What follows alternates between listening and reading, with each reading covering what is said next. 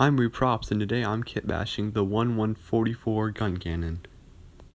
So the aesthetic I'm going for with this kitbash is the Thunderbolt, which has a lot of missile pods and extra armor added on, along with various arms to hold weapons. So I cut some holes in some shorter parts and added those onto the Guncannon's shoulders to add some arms from an old kit. I used an old missile pod to extend the Guncannon's gun and give it the original look that it has, and then I added on various bits of armor and guns to the kit before I painted it.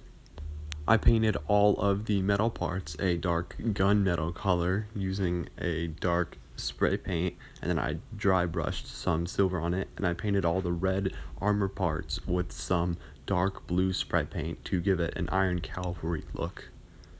I used some gunmetal hand paint to touch up on all of these spots and to cover some of the parts that needed to be gunmetal. I then started to assemble the whole kit before I weathered it, just assembling it limb by limb, not attaching anything to the main body so that it's easier to wipe off the black acrylic. I then did a black wash over the whole kit using some watered down black acrylic paint and then just wiping it off with a rag once it got into all of the grooves and panels. This also gives the imitation of panel lining. I then dry brushed the whole kit, liberally applying silver paint to the paintbrush just to get a really weathered look like all of the model kits in Thunderbolt have.